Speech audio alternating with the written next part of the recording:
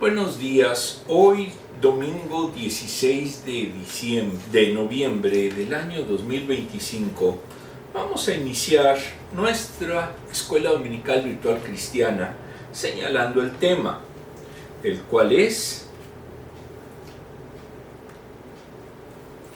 Cuando un tiempo de inactividad te frena, sesión 5 de este otoño del material de Lightweight de la Convención Bautista del Sur. Muy bien, vamos a comenzar con el texto del material señalado.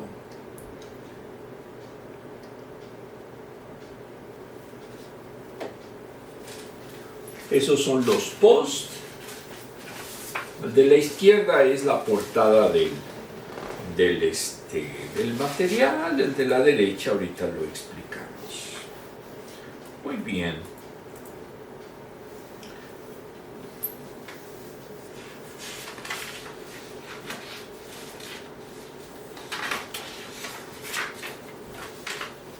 Esta lección puede causar alguna controversia, sobre todo en nuestros hermanos pentecostales. No es mi intención.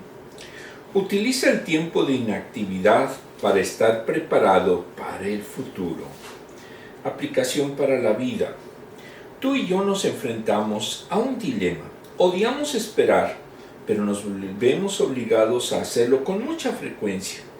Piensa en cuánto tiempo de tus vidas pasas de pie en la fila de la caja de un supermercado, envejeciendo en el tráfico, escuchando esa canción terrible por enésima vez mientras estás en espera, esperando los resultados de una prueba que parece tardar una eternidad.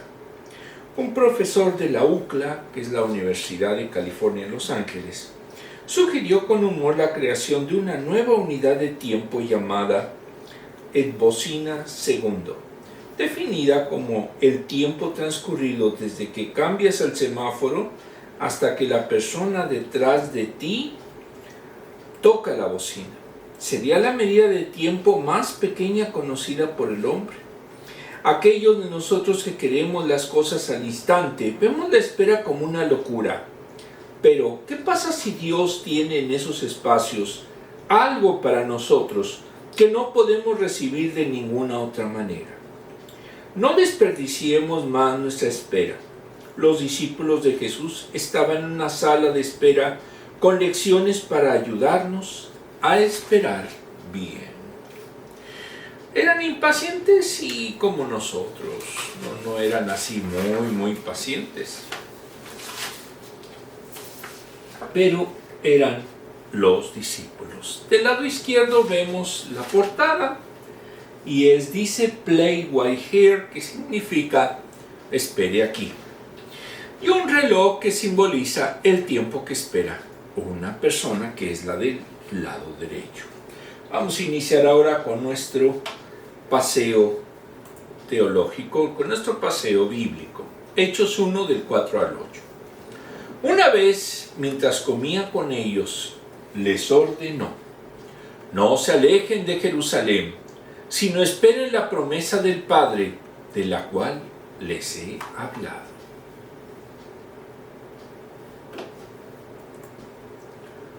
Juan bautizó con alternativo en agua, pero dentro de pocos días ustedes serán bautizados con el Espíritu Santo. Entonces los que estaban reunidos con él le preguntaron: Señor, ¿es ahora cuando vas a restablecer el reino de Israel?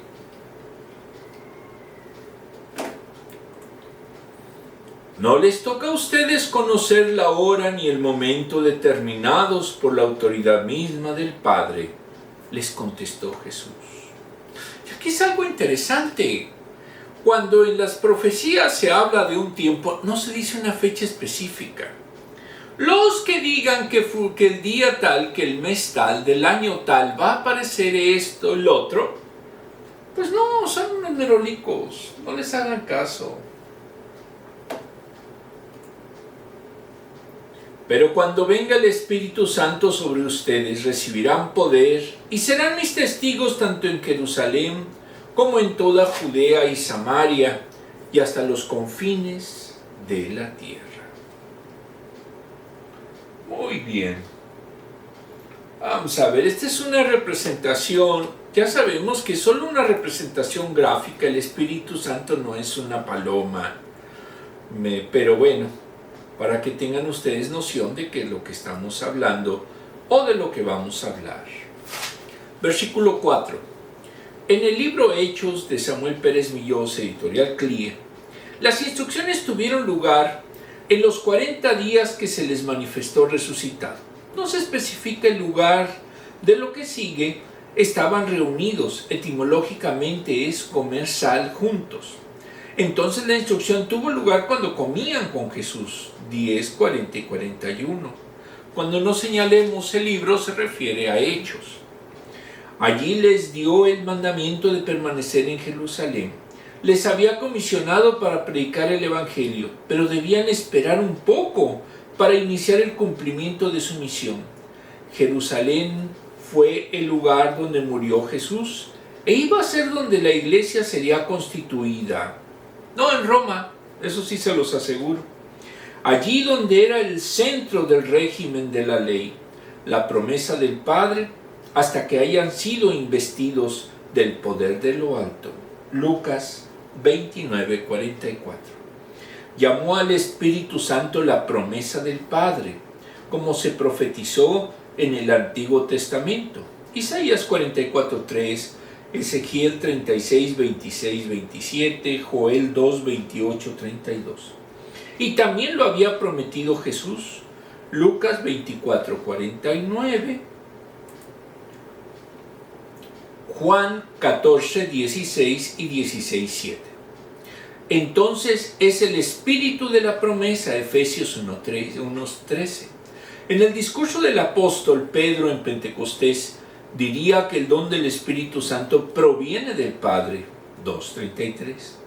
Entonces la procedencia del Espíritu es también como la del Hijo. Ambos fueron enviados por el Padre, pero junto con el Padre el Espíritu es también enviado por el Hijo. Juan 14:26. Por eso se habla de una Trinidad en la denominación bautista. Versículo 5. Juan el Bautista dijo que bautizaba a él en agua, pero Jesús bautizaría con el Espíritu Santo, Mateo 3:11, Lucas 3:16. Juan aceptó la dignidad superior de aquel que venía para acercar el reino. Su bautismo era una expresión visible de arrepentimiento y el de Jesús totalmente diferente al bautismo en agua. Simbolizaba la realidad de la gracia que purificaba el corazón de quien vuelve a Dios. El bautista no se sentía digno de atarle las correas de las sandalias a Jesús y anunció que él sería mayor que él, que el Mesías bautizaría en espíritu. Ahora el Señor reafirma la promesa profética de Juan. Luego de su resurrección, estableció un término de espera para aquellos que formaban el núcleo de la primera manifestación de la iglesia, en la experiencia irrepetible del Pentecostés. 2, 1 y 4. No ha habido otro Pentecostés. Por la autoridad de Jesucristo, descendería del cielo para tomar posesión del nuevo santuario de Dios, que es la iglesia. Ese bautismo se produciría no muchos días después de este anuncio. Los que se recibían este bautismo quedarían totalmente sumergidos bajo su divino manto que los cubriría y llenaría en plenitud. Versículo 6. Los versículos 6 al 8 los denomina la comisión. Este versículo posiblemente se refiere a la última conversación de Jesús con sus discípulos. Ellos fueron instruidos en asuntos relativos al reino de Dios. Ellos conocían las escrituras relativas a la restauración del reino de Israel en la persona del Mesías. La cruz había sido la manifestación del cumplimiento relativo al reino mesiánico. Todos mantenían su esperanza en que Israel se convertiría en el reino prometido a David.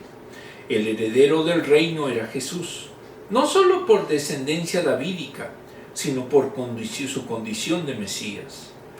Dos de ellos habían pedido tener posiciones destacadas o de autoridad junto con Jesús en ese reino. Marcos 10, 35 a 45.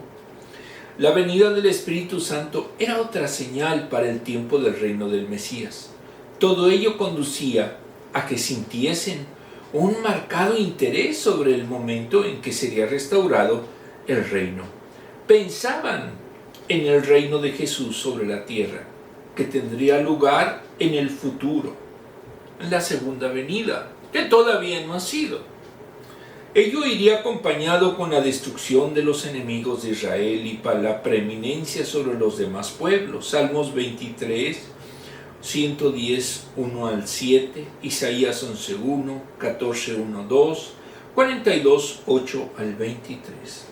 Jesús buscó ser prudente para evitar que el pueblo lo eligiese como rey. Juan 6, 15. Y trataron de elegirlo, pero no aceptó. Y eso demuestra que la religión cristiana no busca tener poder terrenal como algunas herejías así lo quieren ver. Versículo 7. A la pregunta sobre la restauración del reino mesiánico respondió Jesús de manera concreta. No les toca a los hombres un tiempo que solo Dios habría de determinar, ni habría revelado a los propios profetas. Eso solo les pertenece, conocerlo y decidirlo a Dios. Deuteronomio 29, 29. Entonces el regreso del Señor, la inauguración del reino mesiánico, solo Dios lo sabe. Marcos 13, 32. Es potestad del Padre. Gálatas 4, 4. Quizás Jesús en su persona divina conoce plenamente el tiempo y el momento en que se producirá, pero no lo revela, porque potestativo es un derecho de la deidad. Romanos 11, 26. Versículo 8. El poder al que se refería Jesús era del orden espiritual y el objetivo era gobernar un reino espiritual. El conflicto es con Satanás, que es el enemigo de Jesús, y por eso las dificultades se iban a incrementar, salvo unas breves pausas.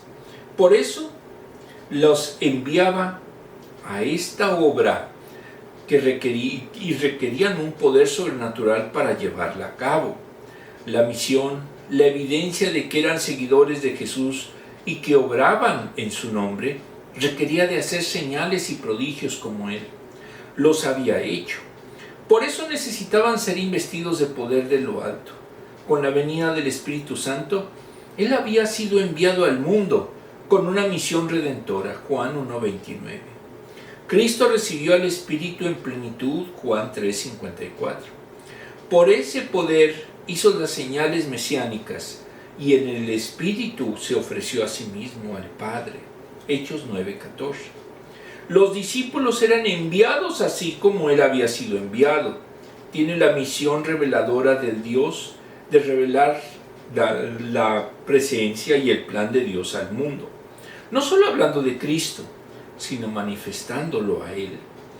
Y eso solo es posible mediante el Espíritu Santo. Gálatas 5, del 22 al 23. Eran enviados también en misión evangelizadora. Su éxito no estaba en ellos, sino en el mensaje proclamado y en el poder del Espíritu para redarguir, convencer y regenerar al pecador que creyese. Entonces no crean que ustedes son muy buenos evangelistas, de que ustedes son los mejores cristianos, porque en la realidad lo único que deben de hacer es dejar que el Espíritu actúe en ustedes para que de verdad la obra fructifique. Si no lo hacen así, pues no va a fructificar nunca. Desglose. La crucifixión de Jesús había dejado aplastados a muchos. Él tenía una gran cantidad de seguidores, había sacudido el orden establecido con enseñanzas llenas de autoridad, nunca vistas en Israel. Sus milagros eran electrizantes y generaron los rumores de que Él era el Mesías profetizado. Todo eso se hizo añicos en una sola tarde. cuando fue clavado en la cruz. Los discípulos fueron sacudidos hasta el fondo y parecía que todo llegaría hasta allí. Pero no había terminado. Él resucitó, estaba en la sala con ellos, vivo, comiendo y enseñando con sus heridas de la cruz a la vista. Y hasta que ascendió, Él los instruyó de cuáles debían de ser sus prioridades para el resto de sus vidas. Entonces, ¿cuál fue lo primero que les ordenó que hicieran? No dijo, salgan en mi nombre, sino, en sus marcas, listos, quédense en Jerusalén y esperen a algo sorprendente que podemos condensar en 3 ángulos. Los planes divinos son muy distintos a los que nosotros creemos, a los que nosotros pensamos. Y aquí es algo bien importante. Tuvieron ellos la fortuna de estar 40 días con Jesús. ¿Por qué no aparece un evangelio en donde se condensen esas enseñanzas? Pues no sabemos. Pero la realidad es que debieron de haber sido totalmente distintas a las que tuvo Jesucristo en vida.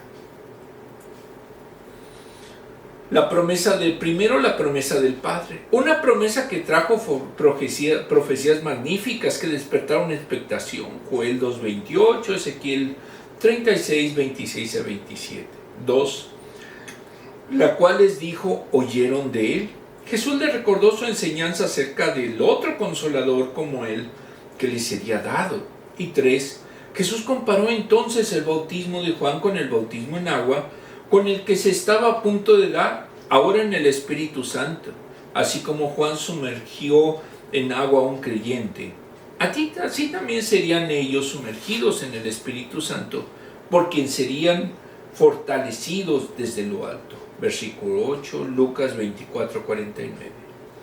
A pesar de esta emocionante promesa de Jesús, los discípulos todavía no tenían una visión limitada sobre el reino de Dios. Durante 40 días escucharon a Jesús enseñar sobre el reino de Dios, versículo 3, pero todavía no podían concebir que fuera más grande que un reino judío. Señor, restaurarás a Israel en este tiempo, versículo 6. Jesús no ignoró su pregunta, no corrigió su noción de un reino terrenal. En cambio, abordó su sentido del tiempo y su deseo de entender las cosas. Luego los llamó de nuevo al tema apremiante. Pero recibirán poder cuando haya venido sobre ustedes el Espíritu Santo. Versículo 8. Lo que los discípulos no podían entender en ese momento era que necesitaban el poder del Espíritu Santo que mora en ellos para que su testimonio diera frutos. Pero ahora tenían que esperar. ¿Alguna vez te preguntas por qué Jesús los hizo esperar? ¿O por qué nos hace esperar tan a menudo? 1. Necesitamos recordar que Jesús dijo, separados de mí, nada podéis hacer. Juan 15:5. 2. No con ejército ni con fuerza, sino con mi espíritu. Es como cumpliremos su misión. Zacarías 4:6. Y 3. Esperar pone nuestras vidas en sintonía con el tiempo de Dios. Él sabe y nos dará lo que necesitamos en el momento adecuado. Y 4. Esperar nos ofrece un espacio en Él que podemos desarrollar nuestro enfoque de Él. Muy bien, vamos a ver las preguntas. ¿Somos pacientes? Ya en lo personal no. ¿Para qué digo una mentira? Soy muy desesperado. Pero bueno, en el cristianismo tenemos que aprender a esperar. ¿En qué te gusta ocupar tu tiempo cuando te obligan a esperar? Pues en lo personal, en estudiar. Lógicamente, reitero, somos abogados, mi esposa y yo en México. Estudiamos algo de derecho, o en su momento, en el caso del ministerio, pues nos dedicamos a estudiar este ministerio. Esa es nuestra ocupación de tiempo libre. También viajar, eso sí, también nos gusta mucho viajar. ¿Cuándo has experimentado una temporada de espera en el Señor? Pues cuando venimos aquí en su momento a este lugar, tuvimos que esperar bastante tiempo hasta que Él dio las señales para que pudiéramos, en el caso de mi esposa y yo, estar juntos. Muy bien, vamos a continuar.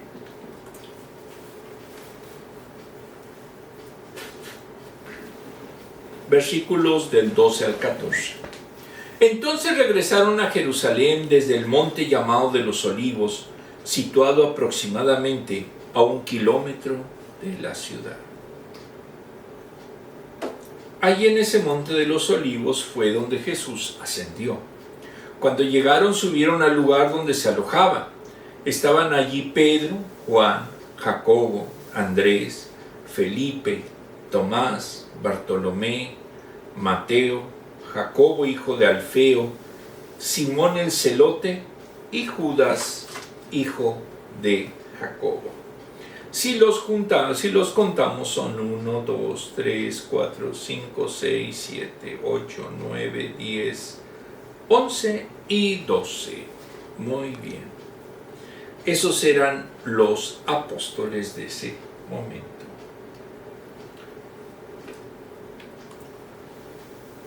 Todos, en un mismo espíritu, se dedicaban a la oración, junto con las mujeres y con los hermanos de Jesús y su madre, María. Y aquí vemos algo bien importante.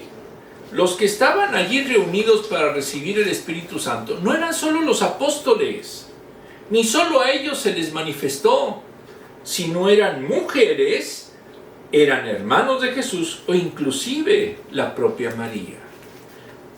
Por lo cual también debemos de quitar mitos de que las mujeres no están preparadas para el ministerio. ¿Por qué? Porque ellas también recibieron en ese Pentecostés el Espíritu Santo. Es una representación artística de lo que sería el Espíritu Santo. Es muy bonita la imagen. Muy bien. Contexto, versículos 12. De los versículos 12 al 26 los titula el autor citado, el Señor los escoge. De los versículos 12 a 14 se intitula la ocupación de los creyentes. En el versículo en cita, el mensaje de los ángeles fue suficiente para que dejaran de mirar al cielo y bajasen del monte para regresar a la ciudad, como lo había ordenado el Señor. Lucas 49, 24-49. Ese regreso fue gozoso, Lucas 24:52. Se produjo la ascensión en el monte del Olivar o lo de los Olivos. Betania está edificada en la ladera oriental de dicho monte, Lucas 24:50, a 2,5 kilómetros de Jerusalén, Juan 11:18. Como era cerca, los judíos consideraban lícito hacer ese trayecto aún en día de reposo, Éxodo 16:29. En ese monte el Señor agonizó y allí ascendió al cielo. Allí se puede ver una espléndida panorámica de la ciudad e incluso en su segunda venida, allí se manifestará. Zacarías 14:4. Vendrá sobre las nubes del cielo con poder y gloria. Mateo 24:30. Primera de Pedro 1:7, 4:13. Así será cumplida la promesa hecha por él y confirmada por los ángeles al ascender al cielo. Versículo 13. Al regresar a Jerusalén, buscaron el lugar donde se reuniría en el aposento alto, literal en el sobre el piso, la parte alta de un edificio, posiblemente en la casa de Juan Marcos, 12:12. Aunque no hay certeza, era un lugar conocido por todos, amplio como para 120 personas, versículo 15. Mientras esperaban la promesa del Espíritu Santo, estaban reunidos los discípulos, Simón Pedro, junto con su esposa, Juan, el hermano de Jacobo, Andrés, hermano de Pedro, Felipe, Tomás, algunos lo llaman mellizo, Natanael, hijo de Ptolomeo, Leví, llamado Mateo, Jacobo de Alfeo, Simón el Celote, Hechos 1:13, Judas de Jacobo, también llamado Telebeo, que tenía el sobrenombre de Tadeo, Mateo 10:3. Versículo 14. Los apóstoles, con un grupo de hermanos, entre los que estaban las mujeres, la madre de Jesús y sus hermanos, o medios hermanos más propiamente, dedicaban el tiempo hasta el descenso del Espíritu a actividades espirituales, destacando la persistencia de la oración, tanto colectiva como individual. Jesús enseñó a los discípulos la necesidad de orar siempre y no desmayar. Lucas 18:1. Luego se dormían, es normal. La oración fue establecida por Dios para su pueblo, Jeremías 33:3. Y entraña la promesa de que sería oída, Jeremías 29:12. Cristo enseñó a orar y fue un ejemplo de oración. Como Él lo hizo, nosotros lo hacemos siguiendo sus pisadas. Y esto se manda en el Nuevo Testamento, Romanos 12:12, Efesios 6:18, Colosenses 4:2. Es necesario orar con limpieza personal para que las oraciones tengan respuesta. Por eso Pablo dijo que debemos de orar levantando las manos limpias, sin ira ni contienda. Primera de Timoteo 2:8. ¿Cuántos lo hacemos? Que una de las mayores necesidades de la iglesia es perseverar en la oración. Por eso, si no se hace esto, habría un fracaso espiritual, como se ve en varios lugares. Sí, aún aquí en McAllen. Desglose. Si está sujeto a las leyes del espacio y el tiempo que Él había creado, Jesús trascendió el plano físico y entró en la eternidad. Su regreso al cielo era el siguiente paso necesario en su misión, porque primero fue coronado rey.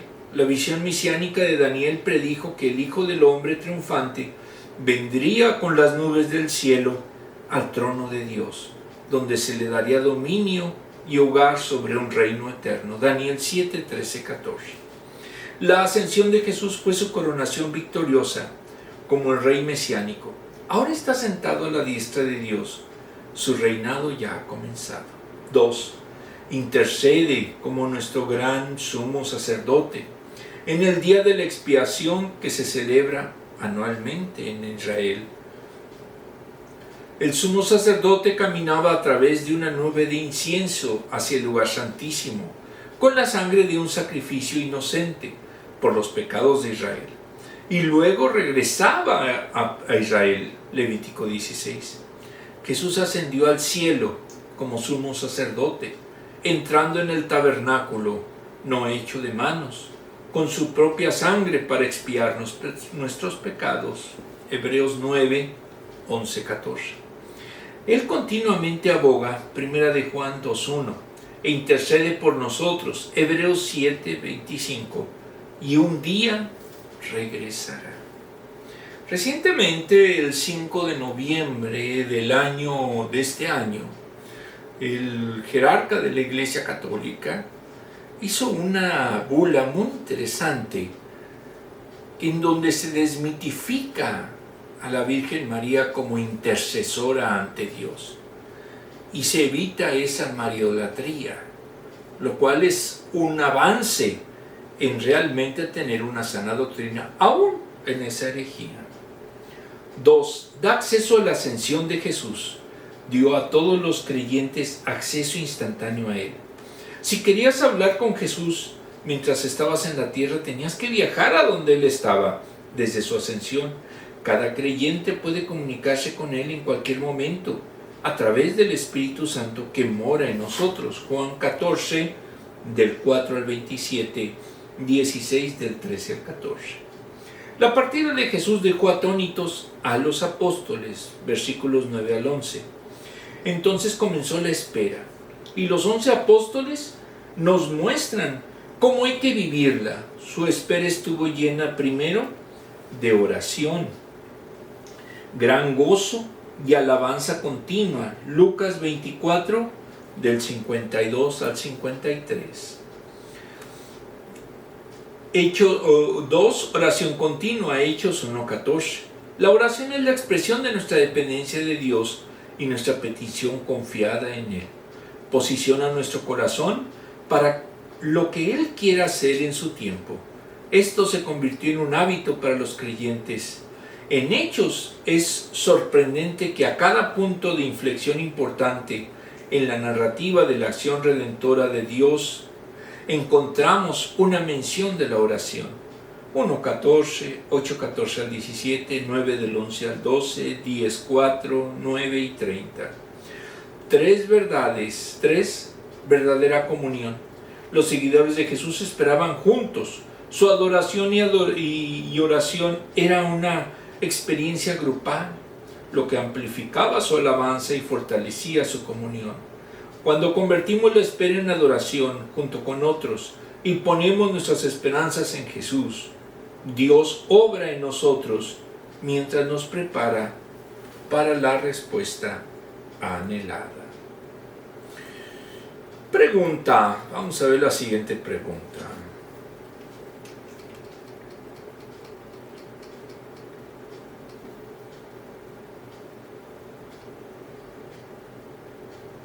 Muy bien. ¿Cómo nos ayuda la oración durante los tiempos de espera? Sin la oración realmente no vamos a crear ni vamos a tener fe. ¿Por qué? Porque la oración es que nos prepara para ese vínculo virtuoso con Dios. Si no oramos, pues no espere que vaya a tener usted respuesta de Dios nunca. Quítese ese mito. Las últimas. Hechos 2 del 1 al 4. El Espíritu Santo desciende en Pentecostés. Cuando llegó el día de Pentecostés, estaban todos juntos en el mismo lugar. Ya vimos quiénes estaban. De repente vino del cielo un ruido como de una violenta ráfaga de viento y llenó toda la casa donde estaban reunidos.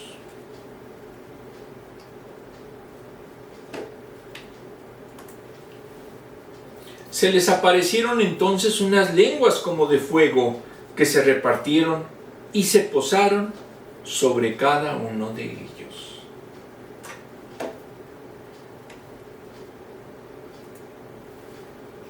Todos fueron llenos del Espíritu Santo y comenzaron a hablar en diferentes lenguas, según el Espíritu les concedía expresarse. Aquí es importante decir que no crean que es lo que pasa en los pentecostales y que hablan en lenguas. No, eso no se parece pero en nada. Esa es una representación de lo que pasó en ese momento. Todos estaban llenos con unas como especie de lenguas de fuego. Aquí eran muchas más personas, porque recordemos que había más mujeres y había en su momento los hermanos de Jesús y aparte María. Entonces, eran muchas más personas que las que aparecen en esa imagen. Importancia del bautismo en el Espíritu. En el Diccionario Bíblico Ilustrado de Francisco Lacueva y otros, editorial CLIE, nos dice que son dos conceptos: ser bautizados por el Espíritu y ser bautizados en el Espíritu. Son distintos. Jesús dijo a sus discípulos que serían bautizados con el Espíritu, no muchos días después de su ascensión, Hechos 1:5. Y en Pentecostés, Pedro, en su discurso dicho allí, afirma que es Jesús resucitado y ascendió, el que ha derramado el Espíritu, versículo 33. Entonces Cristo es quien bautiza con el Espíritu Santo. Y en el Espíritu Santo, Juan 1:33, Hechos 11:16. En el Antiguo Testamento, el descenso del Espíritu Santo sobre el Mesías a fin de equiparle para su ministerio público, Isaías 11 del 1 al 2, 61, 1 a 3. Promesa que luego se hace extensiva a todo el pueblo de Dios. Ezequiel 36, 26 y 27, Joel 2, 28 y 29. La promesa de Isaías 11, 1 y 2 y 61, 1 y 3 se hace realidad en el bautismo de Jesús. Mateo 3, 16, Marcos 1:10, Lucas 3:22, Juan 1:32, Hechos 10:38, Gálatas 3:27 y Primera de Corintios 12:13. En ese contexto es el Espíritu Santo el protagonista principal, quien reparte los dones como él quiere sobre el cuerpo de Cristo, que somos todos los creyentes, y la cabeza es Cristo mismo. Y todo esto apunta que por su solo Espíritu somos bautizados en un cuerpo, o mejor, según el original, a un solo cuerpo. Entonces el agente del bautismo es el Espíritu Santo, que nos bautiza, que nos zambulle en el cuerpo de Cristo, cuya cabeza es Jesús. Es un bautismo de poder que contrasta con el bautismo de gracia, regeneración y santificación, de que habla Pablo en Romanos 6 del 3 al 11. La pregunta obligada ¿es extensiva la experiencia de Pentecostés a todos los tiempos? Todos los carismáticos, especialmente los pentecostales, responden que sí, con lo que el fenómeno de hablar en lenguas, de sanar física y espiritualmente mediante la imposición de manos por medio de la fe, profetizar, interpretar lenguas, etc., habrían de ser corrientes si los creyentes fuéramos perfectos, llenos del Espíritu Santo. Hay quien habla de una segunda bendición, como si la inhabilitación del Espíritu Santo en el creyente no fuera ya perfecta desde el primer momento. Pablo en Romanos 8:9 asegura que el que no tiene el Espíritu de Cristo no es de él, no es cristiano. Nunca habla de una segunda bendición. Más aún, a todos los creyentes exhorta a ir siendo llenos del Espíritu Santo. Efesios 5:18. F.F. Bruce dijo que Pedro aseguró al final de su discurso que si se arrepentían y eran bautizados para el perdón de sus pecados, recibirían el don del Espíritu Santo. Hechos 2:38. Pero no entraña que forzosamente se tenga que hablar en lenguas. Incluso los dones son repartidos a personas distintas. Corintios 12, 1 Corintios 12 del 8 al 11, 28 y siguientes. Entonces, no todos tienen los mismos dones, ni son el de lenguas, ni son de sanidad, interpretación, etc. Versículos 1. Los versículos 1 al 4 se titula El descenso del Espíritu Santo.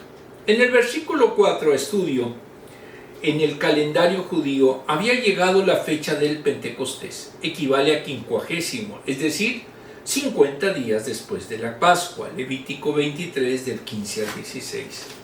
Era una fiesta de peregrinación en la que los judíos debían subir a Jerusalén.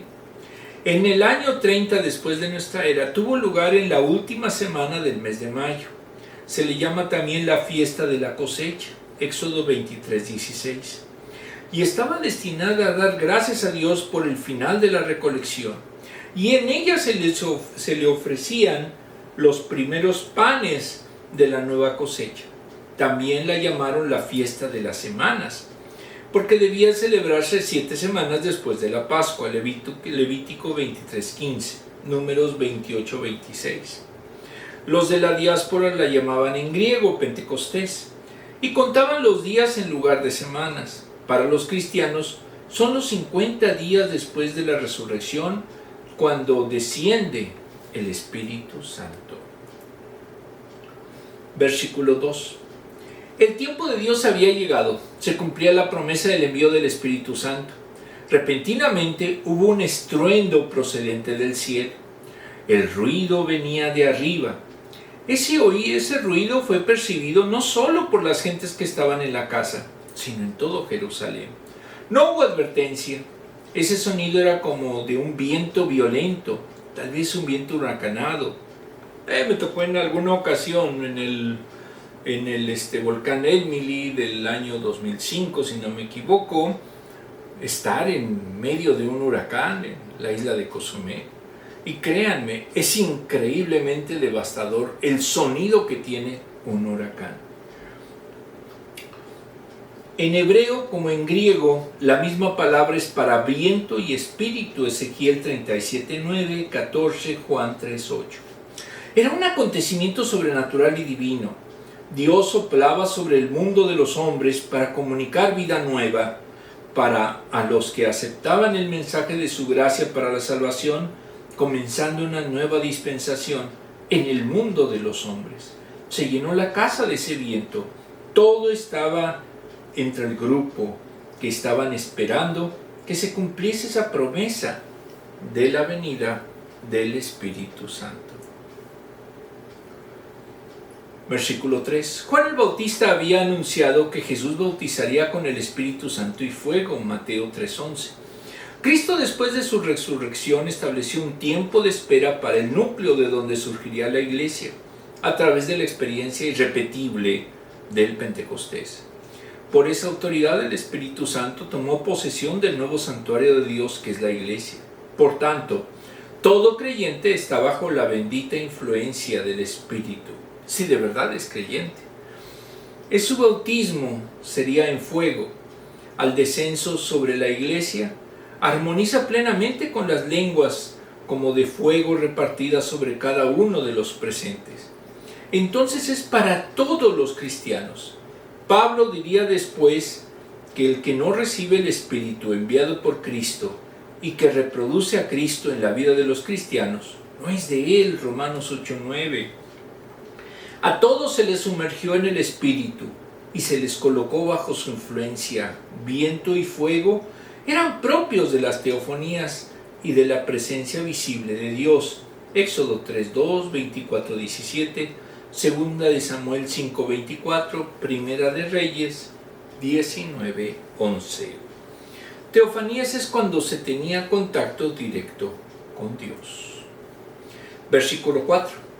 El Espíritu Santo tomó posesión de su nuevo templo, en el nuevo santuario que es la iglesia, y cada uno de los creyentes tomaron posesión de él, desde el interior de cada creyente. El Espíritu llenó completamente a cada uno de los que estaban esperando, y desde ese día moró en cada uno de ellos. Desde ese día, a partir de allí, se convierte en bautizador que hace de todo salvo en Cristo, sumergiéndolo en Él, y se vincula con la regeneración. Implica un cambio de posición, ya que esa identificación posicional con Cristo es imprescindible para recibir la vida eterna. Juan 1:4. Sella al creyente, Efesios 1:13, 4:30. Y con ello, cada creyente se convierte en propiedad divina. Todos los que lo recibieron comenzaron a hablar en lengua.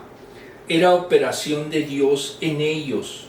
No es glosolalia, hablar en lenguas ininteligibles, sino con idiomas concretos y conocidos. Versículo 8.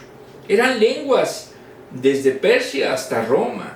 Fueron testigos ante otros que lo recibían en su lengua materna. Entonces, cuando alguien empieza a hablar supuestamente lenguas espirituales, yo no quiero criticar, pero no corresponde a lo que fue Pentecostés. Reflexión del libro ¿Cómo sería mi iglesia si Jesús fuera el pastor?, de Pablo Mazzini, editorial CLIE, capítulo 8. Jesús se acercó a los invisibilizados por la sociedad y les devolvió la dignidad, parte cuarta y última. Debemos tener presente que generalmente los pastores que tienen este tipo de actitudes reúnen algunas características que no siempre son fáciles de visualizar y determinar. Entre ellas son egocéntricos y autoritarios. Se interesan por su imagen personal y ministerial, casi compulsivamente. No permiten que las personas, sus ideas y puntos de vista, bajo el pretexto de que Dios habla solo y a través de ellos, tienden a sofocar cualquier brote de queja e inconformidad de manera violenta. Yo conozco muchos así. Son sumamente carismáticos y persuasivos. Discriminan y condenan a todos los que no piensan como ellos. Intervienen en el manejo del dinero de las iglesias, etc. El modelo de Jesús es diferente. Promueve la dignidad de las personas. Las ama más allá de cómo llegaron a sus pies. No antepone sus prejuicios a la responsabilidad ministerial.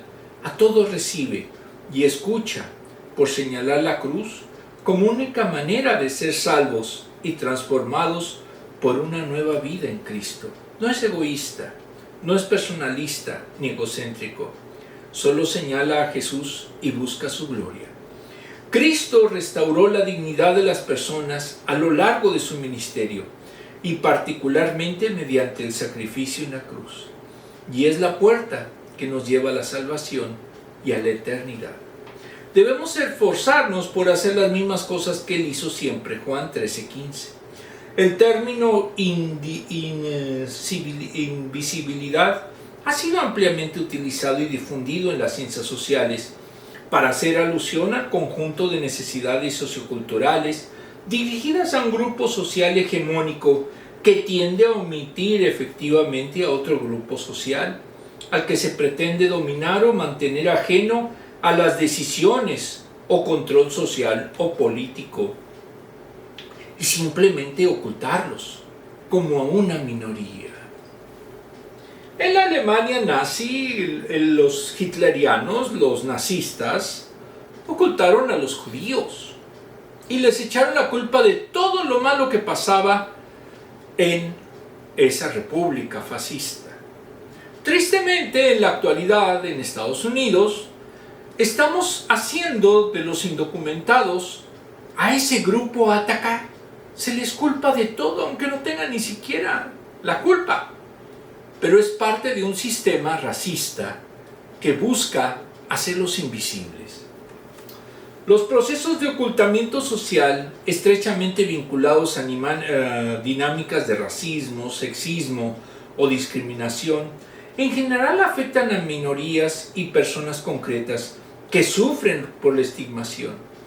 Dicen Rodríguez Pinto y Riquelme, siguiendo a Leblanc y Merleau-Ponty, textual: la invisibilidad social no es un proceso natural, implica una forma única de deshumanización y de subordinación total que se expresa socialmente.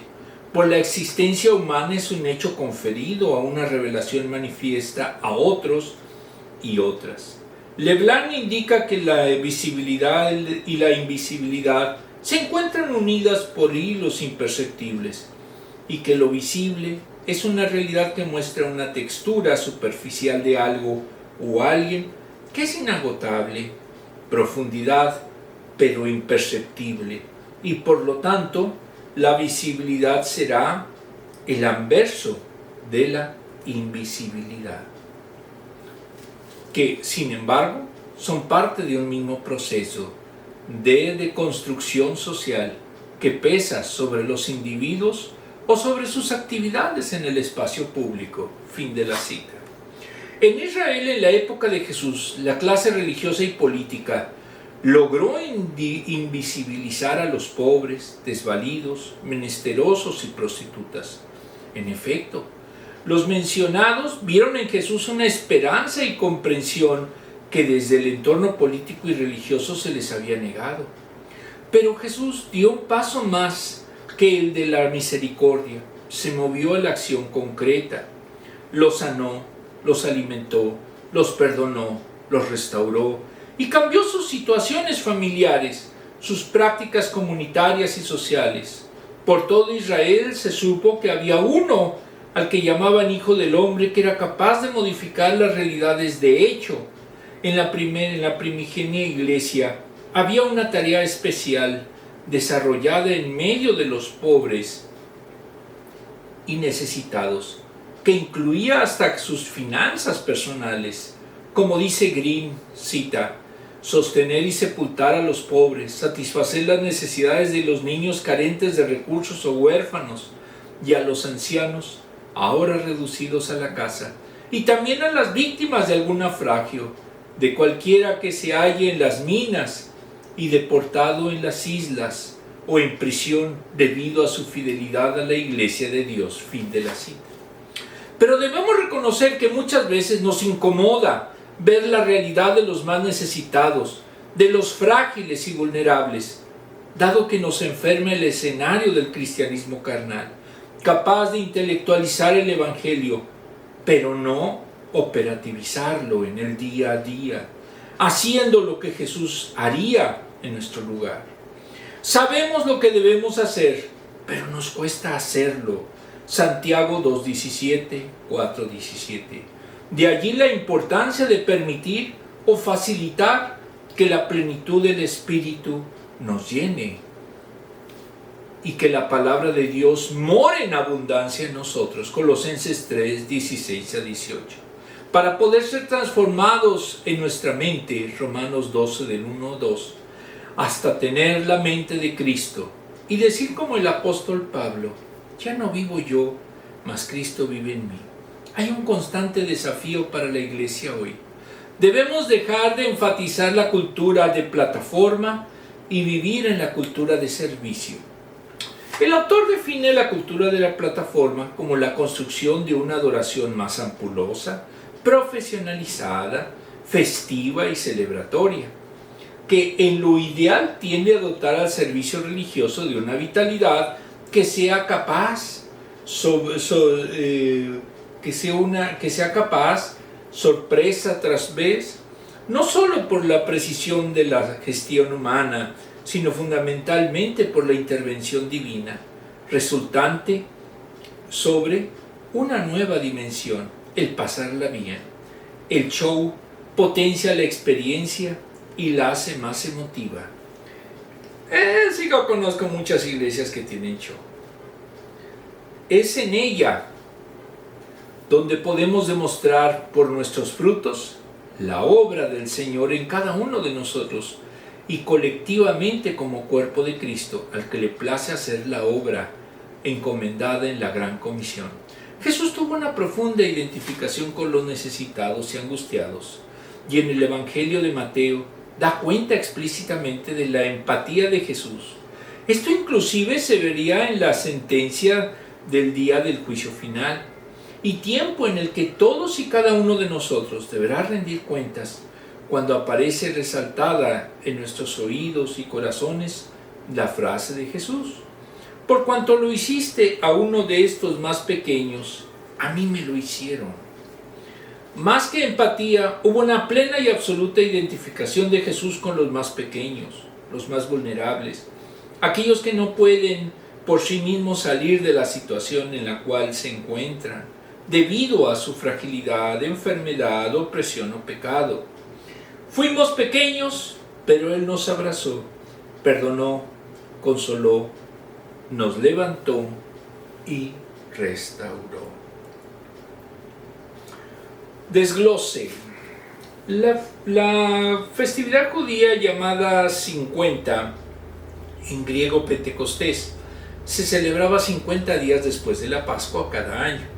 El Pentecostés era un tiempo de adoración, fiesta y reuniones familiares.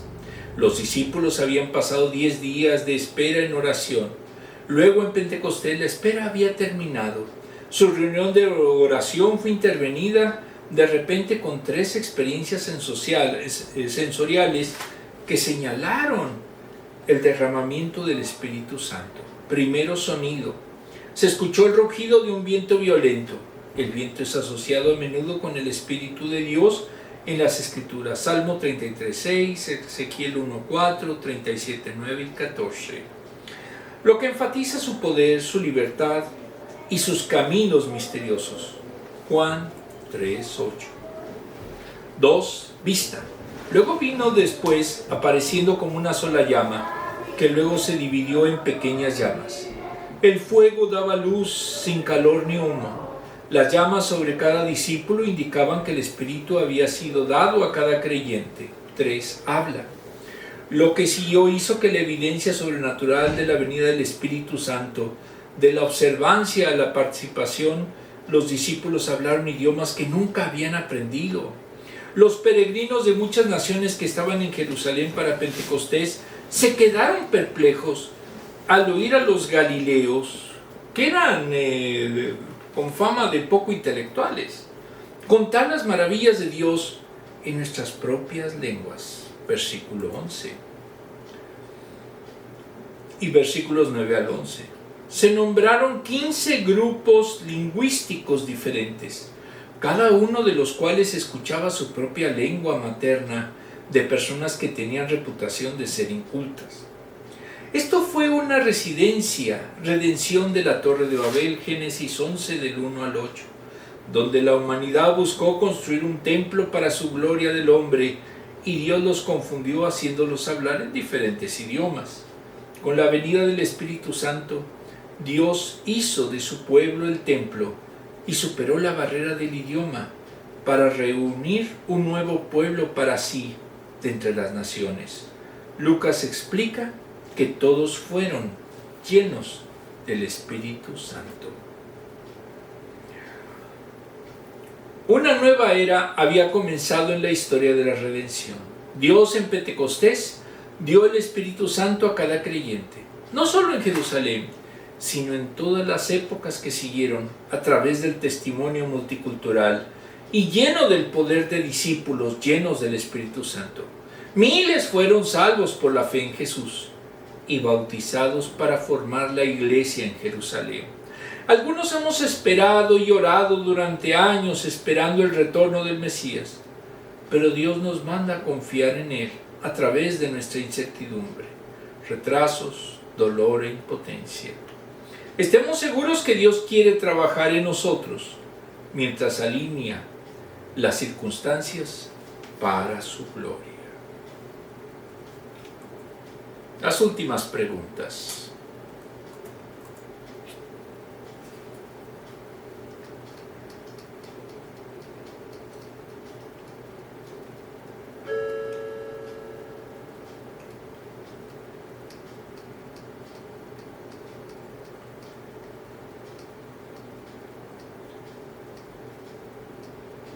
Listo. ¿Qué dificultades has experimentado al esperar y confiar en el tiempo de Dios? Muchas. Ha habido muchas pruebas y no es fácil superarlas si no tenemos a la oración y si no tenemos una verdadera comunión con nuestro Dios. ¿Cuándo te has sorprendido al ver cómo Dios aparece y se manifiesta en tu vida? Como siempre lo he dicho, milagrosamente se nos dio el asilo aquí en este país. Y esperamos que la democracia no se quite, porque eso es triste. Siendo este país de inmigrantes, no podemos nosotros demonizar a los indocumentados, como muchos supuestos cristianos lo quieren hacer. No, no son cristianos. Todos, Hechos 2, 7 y 8. Desconcertados y maravillados decían: ¿no son galileos estos que están hablando? ¿Cómo es que cada uno de nosotros los oye hablar en su lengua materna? Hechos 2, 7 y 8. Amantísimo Padre, te pedimos que tú nos ayudes en estos tiempos de tristeza a tener consuelo, en estos tiempos de espera a tener esperanza, a tener fe en ti, porque vemos señales muy duras, muy difíciles, mucho dolor humano, mucha guerra, y todo, Señor, nos hace ambicionar que tú vengas de nuevo a esta tierra. Todo esto, Señor, te lo pedimos en el sagrado nombre de nuestro Señor Jesucristo. Amén. Nos vemos el próximo domingo.